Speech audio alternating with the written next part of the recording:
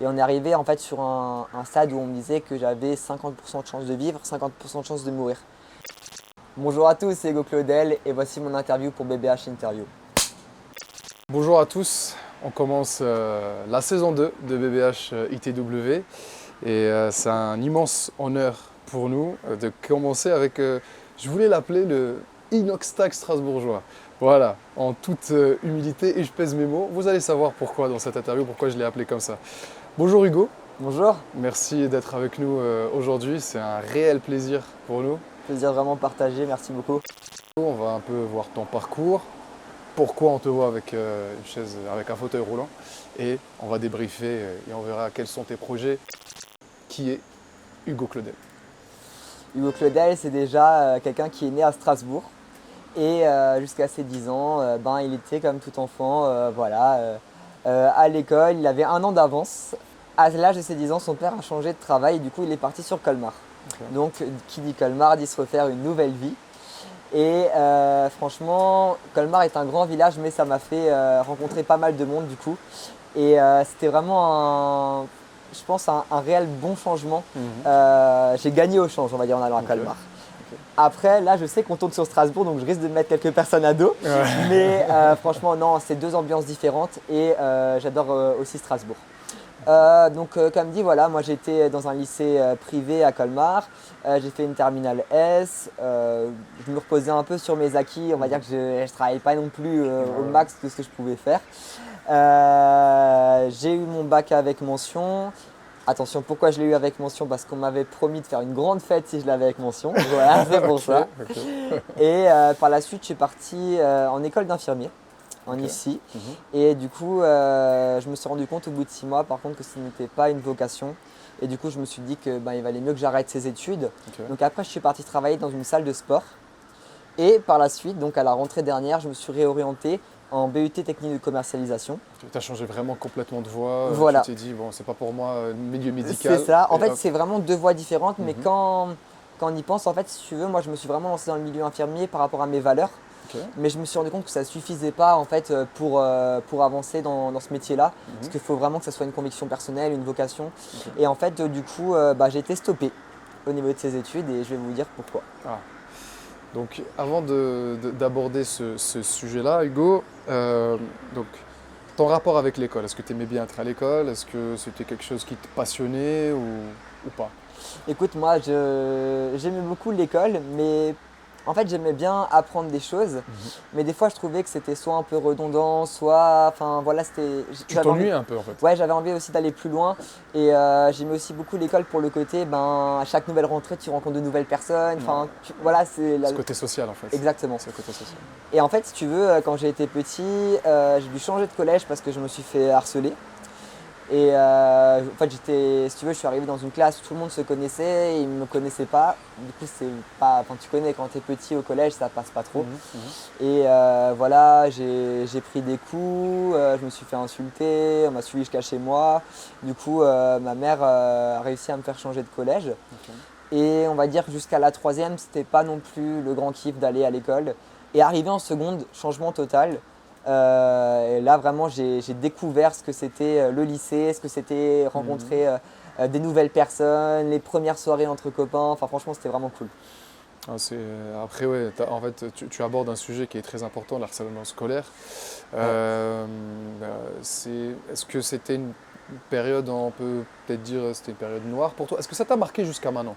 Je pense que vu que tu en parles, je pense que c'est marquant quand même. Écoute, ça m'avait beaucoup marqué jusqu'à avant la situation qui m'est arrivée. Okay. Je ne l'aborde pas tout de suite. Mais avant, c'était quelque chose vraiment qui tournait. Par moments, j'avais peur en fait, de ne pas être inclus ou des choses comme ça. Donc, tu essayes vraiment de t'adapter en fonction des groupes parce que chaque personne n'est pas pareille. Mais maintenant, je pense que vraiment, j'ai réussi à le mettre de côté. Et j'en parle parce qu'en fait, tu m'as rappelé ce souvenir-là. Mais non, franchement, c'est plus quelque chose qui me… Ouais, t'es passé… Si on veut aborder un peu aussi ton enfance, tu la qualifierais comment ton enfance, Hugo? Écoute, mon enfance, j'ai eu une enfance heureuse, j'ai vraiment une famille au top. Genre toujours actuellement, ils me suivent depuis petit dans tout ce que je veux faire. Ils m'accompagnent. Donc franchement, si je devais qualifier mon enfance, ça serait vraiment au top grâce à ma famille, tu vois. Voilà, on va aborder un sujet très important. On te voit sur une chaise roulante, sur un fauteuil roulant. Que s'est-il passé? Alors voilà, ça n'a pas toujours été le cas. Ça fait que 4 mois que je suis en fauteuil roulant. Ou déjà 4 mois, je sais pas. Ouais, Mais en fait, si tu veux, ben, il y a un an, j'ai attrapé, on peut dire ça comme ça, un cancer. Donc un sarcome d'Ewing. Alors ça paraît un peu chinois comme ça, mais un sarcome d'Ewing, en fait, c'est une maladie qui touche 100 personnes en plus par an en France. Donc c'est vraiment très peu connu. On parle beaucoup plus d'ostéosarcome, donc tout ce qui va toucher les os. Mais le sarcome d'Ewing, voilà, c'est quelque chose qui va toucher les jeunes, principalement entre 15 et 25 ans. Et du coup, voilà, en fait, si vous voulez, les douleurs ont commencé au début de l'été dernier. Je commençais à avoir comme une sciatique. Et puis, ce qui s'est passé, c'est que ça a fait que empirer. J'arrivais plus à dormir. Je prenais 10 douches par nuit avec de l'eau chaude pour calmer les douleurs. Et en fait, j'ai passé plus de 50 heures aux urgences. Et on m'a jamais décelé le cancer. Donc, en fait, à chaque fois, on me renvoyait à la maison. On me disait que c'était que psychologique. Parce qu'en fait, j'exprimais pas trop ma douleur. Okay. Et j'avais du mal à ce moment-là en fait à montrer mes émotions par rapport à ça. On a toujours envie de garder ce côté un peu viril. En plus, je pense à cet âge-là, tu dis pas ouais j'ai un cancer ou quoi que ce soit. Ouais, non, j'y pensais pas du tout. C'est une option qui n'existe même pas. Donc, Vraiment, c'est ça. Donc je continuais comme je pouvais à sortir, à essayer de voir du monde pendant l'été, mais ça devenait de plus en plus compliqué. Et jusqu'à un jour où j'ai pris le scooter, je suis allé aux urgences et j'ai dit non mais là je rentre plus chez moi tant que vous n'avez pas trouvé quoi. Et il faut savoir que ce qui s'était passé, c'est qu'ils avaient déjà observé une grosse tache noire au niveau du bassin à droite. Et ils avaient pris ça pour un hématome en fait qui était en dessous des couches quoi. Et ça a duré combien de temps Hugo comme ça? 3 mois. 3 mois de douleur. Où tu faisais des allers-retours aussi aux urgences? Mes parents, on m'a laissé dans des couloirs au sol, enfin c'était horrible. Okay. Et j'ai passé des nuits entières là-bas. Ça, c'est vraiment un souvenir, tu vois, qui m'a traumatisé. C'est marquant, hein. Ouais, vraiment. Et comme dit, du coup, ils ont ponctionné. En fait, ils ont piqué à l'intérieur de cette tumeur, ce qu'il ne faut absolument pas faire. Et parce qu'ils pensaient que c'était un hématome. Sans anesthésie, donc je te dis pas la douleur. Et après seulement, en fait, j'ai quelqu'un de ma famille qui a eu un cancer du sein.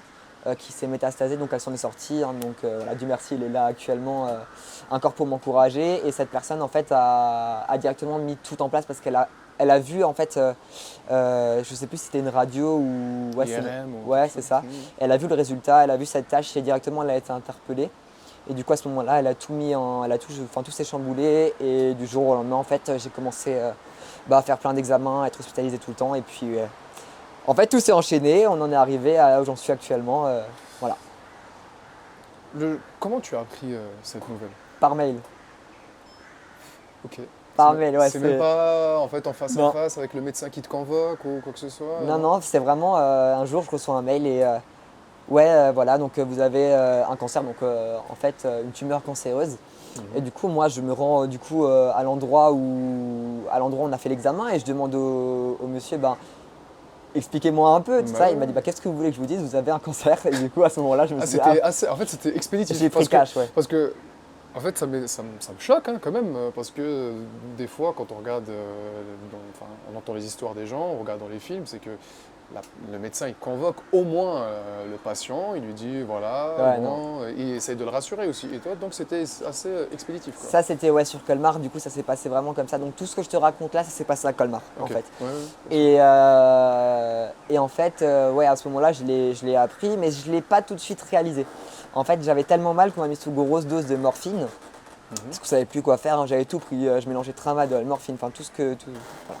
Faut pas faire certains mélanges que j'ai fait de médicaments. Mais on arrivait à un stade où j'en pouvais plus des douleurs. Et du coup on m'a mis sous vraiment très très grosse dose de morphine jusqu'à en arriver en surdosage. Et du coup là on est arrivé à un stade où j'ai été transféré à Strasbourg.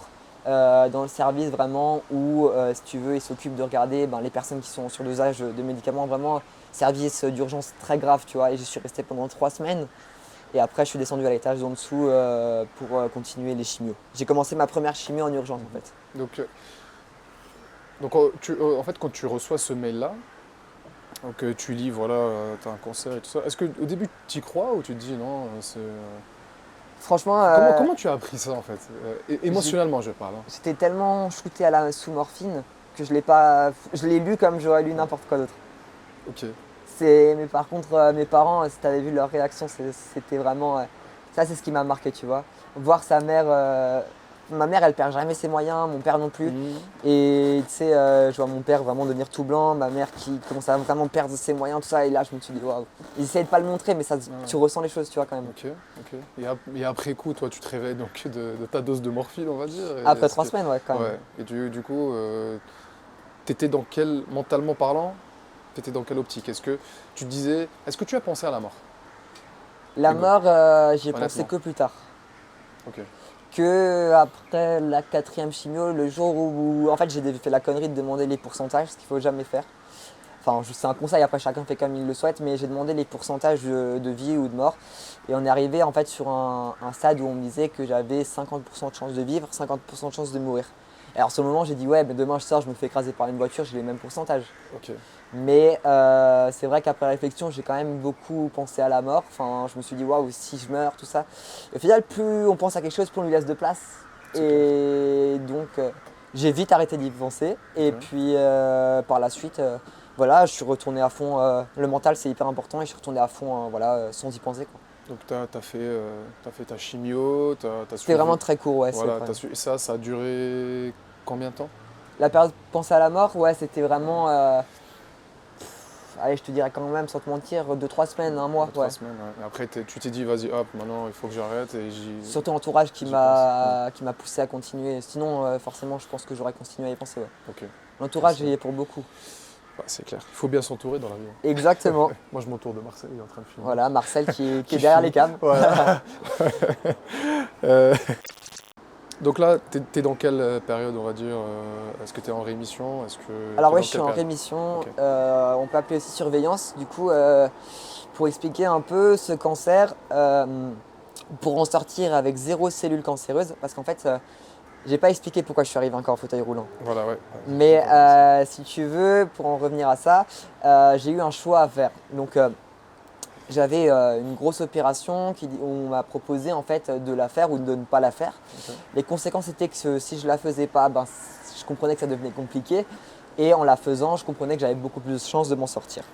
Au départ, j'ai dit non, c'est mort, je la ferai pas. Voilà, ben, comme toute personne, je pense, ça fait peur en fait. Ouais, bien sûr. Donc on essaie de se protéger. Je me rappelle, j'étais à Ikea, j'avais une pièce de 2 euros et je jouais à pile ou face pour savoir si j'allais la faire ou pas la faire.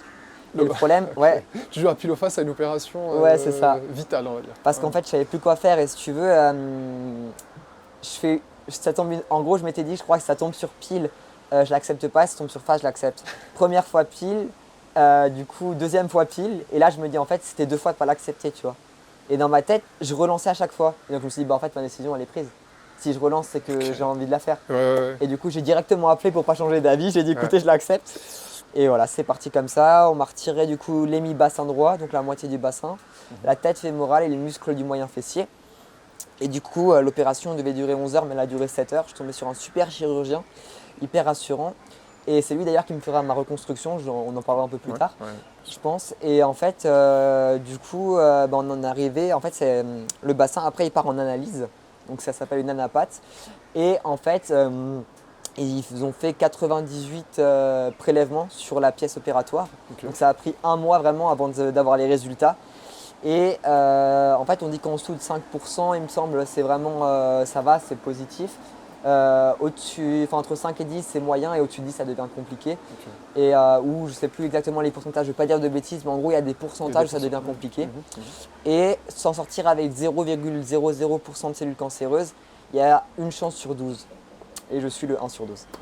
Et quand tu as pris ça, que tu as totalement guéri, enfin, même si c'était en process encore, mais on verra ça plus tard, que voilà, tu avais des chances de survivre et le cancer est entre guillemets encore derrière toi. C'était quoi? T'as pensé à quoi au début? C'était fou, mais tu sais, tu dis ça y est, c'est fini. Voilà, c'est Et au fini. final, non, parce que regarde où j'en suis encore, Ouais, tu vois. c'est clair. En fait, si tu veux, le problème dans ce truc, c'est que tu as toujours, au fait, alors je te parle pas du cancer parce que maintenant, du coup, moi je le considère comme derrière moi parce qu'il est vraiment derrière moi. Voilà, même s'il y a la surveillance, tout ça, mais on est positif là-dessus. Bien sûr. En fait, si tu veux, cette partie opératoire, je la dissocierais un peu parce qu'en fait, tu vois, maintenant c'est le seul truc qui me reste. Et je pense que ça, c'est vraiment le plus compliqué, perdre sa mobilité, tout ça. Donc en fait, j'étais content, mais à la fois pas trop parce qu'il y avait aussi encore ce fauteuil roulant, quoi. Donc Ouais. voilà. Est-ce que tu considères il y a un Hugo avant et après la maladie? Tu sais quoi, c'est une super question Ouais. parce que c'est totalement ça, tu as tout compris. En fait, il y a vraiment deux Hugo, tu vois. Il y a trois Hugo même. Je vais t'expliquer pourquoi. Allez. Parce que tu m'as demandé avant par rapport à mon enfance. Si tu veux, jusqu'à la première, il y a eu le premier Hugo. Donc voilà, très good vibe, très respectueux, très machin et tout. Donc en fait, non, on va enlever le respect parce que j'ai toujours été respectueux, mais très good vibe, très voilà, sociable. Arrivé en terminale, il y a eu un changement. J'étais toujours good vibe, mais moins, tu vois. C'est là où j'ai commencé vraiment, par exemple, à plus boire de l'alcool avec mes potes, à faire plus. En vrai, j'ai jamais fait de grosses conneries, mais tu vois, j'ai fait un coma éthylique, par exemple. Ok. Donc en fait, c'est vraiment des choses voilà, que je ne conseille pas. Mais, Ouais, bien sûr. et en fait, je me laissais vraiment. Je suivais pas mal, tu vois, les gens. J'avais un peu des mauvaises fréquentations aussi sur certaines personnes. Et du coup, ça, c'est le deuxième Hugo. Et en fait, un jour, si tu veux, je me prends ça. Et là, ça te fait totalement changer en fait. Si tu veux, avant, j'étais très superficiel. Sur la deuxième période, le deuxième Hugo était très superficiel dans le sens où je pensais beaucoup, est-ce que ma coupe est bien? Je mettais toujours ma casquette parfaitement. Enfin, tout était, Bien tu sûr. vois. Tout devait être parfait parce qu'en fait, j'avais pas confiance en moi. Tu vois, j'affichais une confiance que je n'avais pas. Ok. Et du coup, ça c'est très compliqué parce qu'il faut que tu joues un rôle tout le temps. Ouais, bien sûr. Et en fait, ce rôle-là, maintenant, tu te rends compte que ça sert strictement à rien, tu vois. Ouais, c'est clair. En Et fait, ouais, non, franchement, tu du te coup. rends compte peut-être que la vie, c'est pas ça. Ah non, clairement. Et- En fait, quand tu es comme ça, tu profites pas de la vie, tu vois. Ouais. J'ai envie de te dire que tu subis la vie parce que tu es là à essayer d'être quelqu'un que tu n'es pas. De prouver aussi Ouais, de peut-être aux gens. prouver des Ouais. choses que tu n'as pas à prouver en fait. Je pense que, ouais, non, maintenant, enfin, tu vois, j'aime des choses totalement différentes. Tout ce qui est nature, tout ce qui est machin, enfin vraiment, tout ce qui est le plus naturel possible. Franchement, tu vois, la spontanéité, comme on parlait avant, Ouais. franchement, voilà, tout ça. C'est clair. Et les rencontres aussi, très important. Ah bah ça c'est le côté, je pense que il n'y a pas mieux que les rencontres dans la vie. En fait c'est ça la vie. C'est En ça. vrai de vrai, la vie c'est les liens sociaux qu'on a avec Clairement. les gens. C'est les gens. Parce que, et même je rebondis sur ça, il y a beaucoup de gens qui disent par exemple je me suis fait tout seul. Personne ne se fait tout Non, non, non, seul. non. Ne serait-ce que même ta maman et ton père, ils t'ont aidé, ils t'ont élevé. Tu peux pas dire que je me suis fait tout seul. Ouais. Tu vois. Et c'est ça la vie en vrai. De toute façon, tu es la somme des 5 personnes qui t'entourent. Et la vie c'est vraiment des rencontres et c'est les gens qu'on rencontre et c'est les fréquentations. Parce que les fréquentations, c'est comme on a dit, les rencontres, ça peut te descendre très bas, mais ça peut t'élever. Et Exactement. c'est à toi de choisir. Le regard des gens, Hugo, sur, voilà, tu es en fauteuil, tu as le crâne rasé, je pense à cause des chimios. Est-ce que les gens, ils sont comment avec toi? Très bienveillant. Très, très, très bienveillant. Franchement, je me suis jamais pris vraiment une once de haine, jamais. Si tu veux, par rapport au regard des gens, du coup, avant mon cancer, j'étais très très très attaché au regard des gens, justement, ce que je te disais avant. Maintenant, plus du tout. Par contre, c'est vrai, sans te mentir, hein, quand j'ai été en fauteuil roulant, on va dire les 2 premières semaines, quand je sortais, c'était très très compliqué. J'étais là, en fait, parce que d'habitude, j'avais l'habitude de marcher et les gens, ils te regardent, en fait, ils ont envie de te regarder avec bienveillance, donc ils te regardent différemment, mais en mieux, si je pourrais le dire. Mais en fait, toi, tu n'as pas envie d'être regardé différemment, tu as envie d'être regardé comme Normal. toi, tu vois. Oui, normal. Et tu préférais même qu'ils ne fassent pas attention. Et en fait, du coup, ça, c'est vraiment les 2 premières semaines, c'était compliqué. Et ensuite, par la suite, j'en ai fait une force. Donc maintenant, si tu veux, quand je sors, justement, c'est ce que je te disais, je parlais avec les gens, je disais bonjour, voilà, enfin, j'essaie de créer le maximum de liens sociaux. Ouais. Et du coup, ça, c'est vraiment ce qui m'aide, tu vois. Le sourire, C'est cool. c'est communicatif et voilà. C'est clair. Comment tu vas aujourd'hui? Moyennement bien, j'ai envie de te dire. Alors, si tu me parles d'aujourd'hui, là, maintenant, très bien. Mais si tu veux, il y a quand même un stress par rapport à cette reconstruction, tu vois. Moi, j'ai toujours dit, au début de mon cancer, ouais, s'il y a une chose que je ne veux pas faire, c'est finir en fauteuil roulant. Et quand j'ai pas eu le choix, je me suis rendu compte que tu n'as vraiment pas le choix, quoi, tu vois. Et du coup, au final, c'est ça un peu le truc qui m'embête, le fauteuil. Après, maintenant, j'ai appris à vivre avec, mais je ne me vois pas vivre avec toute ma vie, en fait, si tu veux. Moi, j'admire énormément les personnes qui ont justement un handicap physique comme ça, qui sont en fauteuil ou même un handicap mental, hein, les deux. Franchement, je suis admiratif parce que je vois sur 4 mois comment j'en chie, je suis désolé pour le mot, mais eux, c'est toute leur vie, c'est des fois depuis la naissance. Et franchement, chapeau à eux, franchement. Pour moi, je me dis, en fait, c'est des super-héros parce que Ah, clairement. monter dans le tram, accéder à un restaurant, monter des fois, il y a des immeubles, et ça c'est vraiment scandaleux, mais il y a des immeubles où il n'y a pas d'ascenseur, et ça doit être une vie, c'est terrible. Alors que voilà, pour une personne normale, on ne va pas s'en rendre compte tous les jours, dans notre vie de tous les jours, même monter dans une voiture. Voilà. Non, mais c'est ça. Pour quelqu'un de normal, hop, tu montes dans la voiture et c'est fini. Alors qu'il y a les gens qui ont des fauteuils, qui ont cet handicap-là, c'est une épreuve, Ah, clairement. on va dire. En fait, c'est des mini-épreuves au quotidien. Non, c'est ça. Mais tu C'est- sais, tu par vois. exemple, moi, pour me déplacer, j'ai un TPMR, ça s'appelle. Donc, c'est comme si tu veux une camionnette qui est aménagée où on accroche le fauteuil, on monte directement avec le fauteuil dedans, Mhm. où on accroche et en fait, du coup, la camionnette roule et toi, t'es accroché à l'arrière pour éviter les transferts. Après, là, avec mon père, on a appris à se mettre en voiture aussi, donc ça va. C'est Mais c'est compliqué parce que, comme dit mon bassin, si tu veux, au niveau osseux, il est plus rattaché à mon haut du corps, Oui. donc c'est que les nerfs et les muscles qui tiennent. Mais bon, j'arrive quand même un peu à bouger, donc bouger, ça, ouais. je trouve ça impressionnant. Tu vois. Ouais, ouais, mais c'est clair. Dans ton épreuve, qui dure encore, mais je pense que tu as vécu le plus dur de ce parcours-là, y a-t-il des gens qui t'ont déçu? Oui, ouais, clairement. Il y a des gens qui m'ont déçu, mais j'en parle pas parce que je retiens plus les gens, tu vois, qui m'ont surpris positivement. Mhm. Mais c'est vrai que j'ai eu tout type de surprises. Et il y a des personnes, tu vois, auxquelles j'étais vraiment attaché. euh, alors qu'ils m'ont soutenu dans les premiers mois, là où c'est simple, si tu veux. Enfin, c'est pas simple, mais au début, tu es là parce que voilà, tu le soutiens un peu. Et au fur et à mesure, tu vois des personnes qui partent, tu vois, ça diminue, ça diminue, ça diminue. Et moi, on m'a toujours dit, enfin, tu sais, on dit toujours, les amis, ça se compte sur les doigts d'une main. Et j'ai jamais cru. J'avais beaucoup de, voilà, on va dire de potes, pas d'amis, tu vois, Mhm. un peu partout. Et au final, je me suis rendu compte que c'est vrai. J'ai rencontré aussi beaucoup de personnes positivement. Il y a des gens qui m'ont surpris, auxquels je ne m'attendais pas du tout. Des personnes avec qui j'ai évolué, j'ai grandi depuis par exemple la seconde et qui se sont révélées pendant cette maladie, tu vois. Donc ça, c'est vraiment super. Ton conseil ou message, Hugo, à une personne qui se bat contre une maladie? Crois en toi, crois en tes capacités, vois le plus loin que tu peux et ne débranche ton cerveau. Débranche ton cerveau et garde que la partie mentale qui te permet d'évoluer. Voilà, c'est tout ce que je peux dire.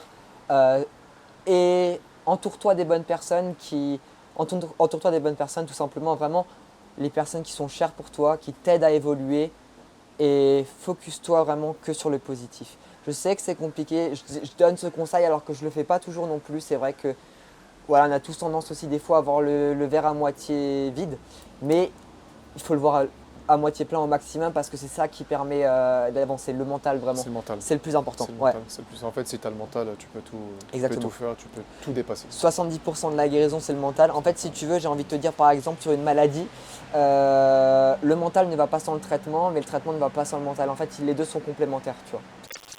Quel est ton rêve aujourd'hui, Hugo? Mon rêve, Ouais. c'est remarcher. C'est remarcher et réussir dans mes projets personnels aussi. On va- Et voilà, franchement, ça, c'est un de mes plus grands rêves, ouais. Et toi, c'est quoi ton plus grand rêve? Ah là, tu me prends au dépourvu. Moi, mon rêve, honnêtement, premièrement, c'est, comme je l'ai dit, être en bonne santé. Voir les gens que j'aime être en bonne santé aussi, se porter bien dans la vie, parce que pour moi, c'est la base. À partir du moment où tu as vraiment la santé, tu peux tout faire. T'as vraiment pas d'excuses. Et c'est comme tu l'as dit, Hugo, c'est le mental, hein. C'est le mental. Exactement. Donc voilà, premièrement la santé, deuxièmement c'est que ce projet marche, mais marche dans le sens où c'est pas avoir 1 million de followers ou quoi que ce soit. Bon, s'il y a, Yeah, c'est avec c'est pas plaisir. mal. Mais la base, c'est apporter quelque chose aux gens. C'est que les gens, quand ils regardent ces interviews-là et ces extraits-là, ça leur apporte et ça leur change peut-être la vie ou la façon plutôt de voir les choses et d'aborder les choses. C'est ça qui est important. Parce que je vois beaucoup de jeunes se rabattent sur leur sort, ils se disent non, moi je peux pas faire, non, mais lui il a réussi parce que tatati, tatati. Non, toi aussi tu peux créer ta propre histoire Moi, quand j'ai lancé ce projet-là, tout le monde me disait, mais non, mais qu'est-ce que tu fais et tout. Je me suis lancé. Et franchement, les rencontres que j'ai fait grâce à ce projet-là et qu'on a fait, c'est incroyable. Donc C'est une façon incroyable. différente de voir la vie au final. C'est ça, c'est ça, c'est ça. Donc c'est ça en vrai le rêve. J'ai pas, tu vois, j'ai pas de rêve matériel. Honnêtement, tu vois, j'ai pas de. la- Alors après, on aime C'est un tous. beau projet, c'est un beau Après, rêve. on aime tous. Bien sûr que j'aime les belles voitures, Ah j'aime oui. j'aime ceci, j'aime les belles montres, les trucs. Mais rêve pour moi, c'est quand même un mot très important et qui est, c'est quand même un mot très solennel au final, hein. C'est quand tu dis rêve, il faut que ça soit très haut. Ouais. Il faut pas que ça s'arrête à pour moi, une voiture, par exemple, ça c'est un souhait. Allez, où tu veux, tu as envie, c'est comme une envie. Mais un rêve, il faut que ça soit grand. Bah, tu sais que moi je te soutiens à 15 000 % sur ce projet et puis Merci on souhaite beaucoup. au maximum qui monte. Bah, Franchement, ça va le faire. espérons-le. Mais oui, ça va le faire. Espérons-le. Moi, en parcourant donc ton profil Instagram, j'ai vu que tu essayes de documenter en fait tout ce que tu es en train de traverser et tout ce que tu traverseras, j'espère que de bon. Pourquoi en fait, pourquoi tu voulais documenter cette épreuve-là? Parce que, pourquoi je dis ça, Hugo? Parce que je pense, nous, quand on traverse, peu importe, un humain, quand il traverse quelque chose de pas bien, il n'a pas envie de garder ça. Exactement. Toi, tu as envie de le garder. Pourquoi? Justement, c'était intéressant ce que tu dis. 90 % des vidéos sur Insta, c'est que du positif, ok? Sauf que dans la vraie vie, ce que tu vois pas, c'est que derrière leur écran, c'est Les pas du tout coulisses. ça. Exactement. En fait, si tu veux, comme je t'ai dit, c'est une maladie qui touche vraiment très peu de personnes en France. Et je voulais en parler parce que justement, c'est quelque chose qui est très rare. Je voulais déjà d'abord la faire découvrir et puis partager mon histoire parce qu'en fait, quand ils pensent, tu vois, ça peut arriver du jour au lendemain. Il y a plein de jeunes, en fait, on ne se rend pas compte, ou même des personnes, peu importe l'âge, qui sont dans cette situation. Et moi, ce que j'avais envie de faire, c'est les encourager. En fait, si tu veux, je ne partage pas seulement mon histoire, je fais un contenu qui est positif. Si tu veux, je vais aborder aussi les points négatifs, mais positivement, dans le sens où je vais essayer de relativiser au maximum. Après, je ne te cache pas que c'est comme tout. En backstage, des fois, c'est aussi plus compliqué. J'ai déjà fait des crises de nerfs. Des fois, je pète des câbles à la maison. Je ne suis pas toujours simple avec mes parents. Ça m'arrive de pleurer. Mais voilà, tout ça, ça fait partie. Et franchement, je pense qu'il ne faut pas s'en cacher non plus. J'ai déjà mis pas mal de stories où je pleurais. J'étais au bout de ma vie, vraiment. Mais tu vois, ça fait En partie. fait, tu veux être le plus naturel possible. Transparence. Et Ouais, la exactement. transparence, et voilà, c'est ce qui se passe vraiment. Tu n'as pas envie de passer que le bon côté, par exemple, ah voilà, j'ai plus de cancer, hop.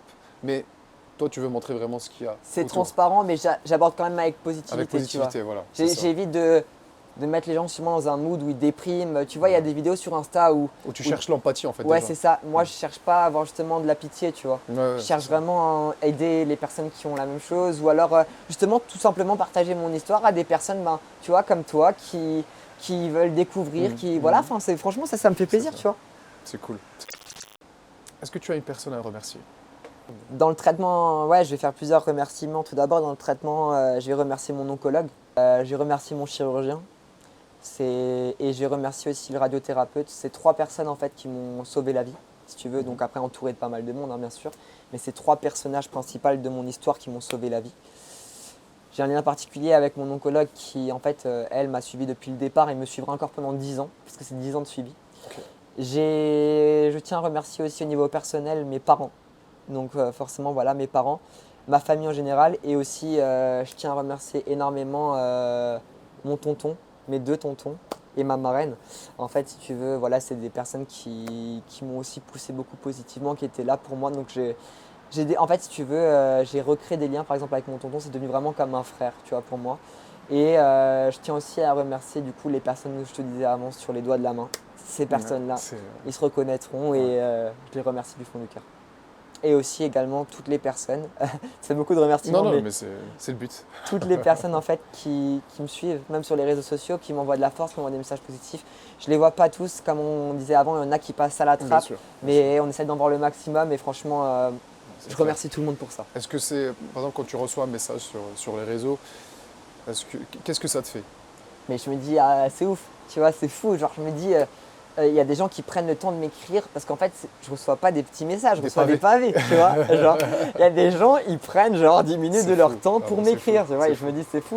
Ah ouais, non, C'est mais c'est fou. fou, non, c'est clair. Et on va se projeter un peu vers le futur. Hugo, quels sont tes futurs projets maintenant? Écoute, Hugo, qu'est-ce qu'il va faire? Bon, on peut se dire, bon voilà, Hugo, la vie lui a mis des baffes, il est en fauteuil roulant, il peut se rabattre sur son sort, mais quelle est mais son moi, je vraiment cherche à futur? rebondir avec ce fauteuil roulant, Voilà. si tu veux. Non, en fait, comme je t'ai dit, en fait, je lance ma marque de vêtements, Savage Brain, donc voilà Voilà. le Très pull. beau, très beau pull. Donc mon objectif, c'est vraiment de la pousser au maximum parce que c'est une marque avec des valeurs, donc je fais un peu la partie com. Mais bien sûr, mais bien En sûr. fait, c'est une marque, comme dit, avec ces valeurs-là, donc inventivité, créativité, mentalité. Donc justement, la mentalité, dans le mot mentalité, il y a le mot mental, parce qu'en fait, si tu veux, c'est ce qui m'a poussé aussi tout au long de mon traitement. Pourquoi Savage Brain? Ça, on va se dire, c'est juste lié au cerveau. Oui, en fait, c'est vraiment la traduction qu'on pense. En fait, c'est vraiment ce côté fou du cerveau. Le cerveau, il a la capacité de justement te faire réussir si tu as vraiment t'en as envie, mais il a aussi la capacité de te freiner à certains moments. Et du coup, c'est pour ça que le cerveau, il a un peu ce côté, tu sais pas trop, savage, tu vois, vraiment sauvage.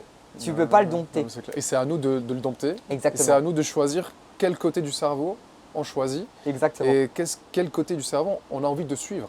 Voilà. C'est ça Tout aussi. à fait. Tout se passe là en vrai. Tout se passe Tout se là-dedans. passe là. Du coup, en fait, toi, tu t'es dit, hop, en marque de vêtements, Tac. c'est le mental, Savage Brain. Et voilà, en fait, ma devise, Ouais. c'est vraiment be the craziest, être le plus fou, parce que je pense que dans la vie, il y a tellement de, tu vois, de choses qui peuvent arriver aussi rapidement que, putain, faut kiffer. Franchement, faut y aller, faut C'est à fond, clair. faut vivre la vie, tu vois, c'est fait Ouais, pour ça. C'est clair. Et pourquoi du rouge à lèvres, en fait, sur mon pull? Ah, c'est du rouge à lèvres. C'est ça. du rouge à lèvres, en fait. Ok. Si tu veux, derrière, il y a du coup une bouche, en fait, avec écrit craziest au milieu. Ok. Et en fait, ce rouge à lèvres a été fait à la main. Ok. Donc, si tu veux, c'est symbolique parce que c'est un rouge à lèvres que j'avais offert à ma mère au début de mon cancer. Ok. Et puis je l'ai repris. Je l'ai repris un jour et j'ai écrit sur une feuille Savage Brain. J'ai détouré, j'ai créé le pull moi-même, j'ai designé. Et si tu veux, la bouche, elle a aussi été faite par quelqu'un qui a embrassé cette feuille-là. Et du coup, j'ai tout détouré et je voulais que tout soit fait à la main. Et au final, ça a donné ce pull. En fait, on a tout collé dessus et puis voilà. Ok, donc en fait, t'as ouvert le rouge à lèvres à ta maman, Ouais. tu lui as repris Je l'ai repris. et t'as pété un Ça, câble. en fait, ça Tu dis, sera vraiment gravé comme ça sur Ok, les non, c'est pulls. bon. Elle comme je dis, je la remercie vraiment. Ok. Et du coup, c'est En gravé. fait, c'est une partie de ta maman qui est. C'est aussi une dans- partie de dans- ma maman. voilà, Et en fait, cette marque. l'avantage de cette marque, si tu veux, c'est que j'ai envie de te dire que quelqu'un, tu vois, demain qui connaît pas mon histoire, qui kiffe juste le design, bah, il peut l'acheter, tu vois. Ouais, c'est- Genre en fait, il peut kiffer juste le design avec la bouche, vraiment quelque chose d'original. Et voilà, sur les prochaines collections, j'espère ne pas vous décevoir non plus, mais voilà. comme dit, c'est un rêve de gosse et j'espère qu'il se réalisera. C'était ton rêve en fait, même avant ce que tu as vécu, c'était ton rêve de lancer ta propre marque de Ouais. vêtements? En fait, j'ai toujours trouvé ça fou à quel point en fait la mode ça permet à quelqu'un de se différencier si tu veux. Dans le sens où regarde quelqu'un comme moi qui a perdu ses cheveux, ses sourcils, parce que j'avais perdu les sourcils, qui perd sa dignité aussi. Il te reste quoi? Quoi de mieux que la mode pour exprimer son identité en final? Et ben du coup oui, en fait depuis petit j'ai toujours aimé m'habiller avec des couleurs flash, avec des trucs comme ça, toujours chercher des tenues, essayer d'inventer des tenues et au final j'ai jamais trop osé lancer ma marque. Et puis là, avec toute la vague de positivité aussi que j'ai pris sur les réseaux, ça m'a vraiment encouragé. Et puis j'avais plus le temps aussi. Quand on est en études, on n'a pas forcément Ouais, le bien temps. sûr, bien sûr. Ouais. Et du coup, j'en ai profité. J'ai Donc, utilisé le petit créneau pour. T'occupes comment tes journées? Bon, vers la fin de l'interview, je laisse toujours un espace libre, Hugo. Peut-être que j'ai pas posé une question que tu voulais que je pose, ou c'est vraiment un champ libre. Si tu as envie de dire quelque chose, voilà. Ouais, moi Exprime-toi. j'ai envie de dire, je sais pas où est la caméra, je pense que c'est celle-là. J'ai envie de dire, croyez en vos rêves. Rien n'est impossible, vraiment. Plus vous y croyez, plus vous y laissez de la place. Donc, vraiment, croyez-y fort. Et je vous promets que le maximum se fera pour que ça se réalise. Est-ce que tu as aimé cette interview? Franchement, je l'ai adoré. Franchement, ouais, j'ai grave kiffé. T'as kiffé? Merci beaucoup à toi Merci. d'ailleurs de m'avoir invité pour le premier invité de la saison 2. Ah, c'est vrai que voilà, c'est pas n'importe quoi. C'est pas n'importe quoi, c'est clair. Franchement, c'est un honneur. Merci à toi d'avoir accepté encore une fois, Hugo. C'était un réel plaisir pour moi aussi. Merci à vous de nous avoir regardés. C'était Hugo avec nous pour la première interview de la saison 2. Je vous préviens, la saison 2, elle va être incroyable. Déjà, la saison 1, elle était incroyable, mais la saison 2, elle va être légendaire, hein. On se retrouve dans la prochaine interview. D'ici là, portez-vous bien et à bientôt. Ciao!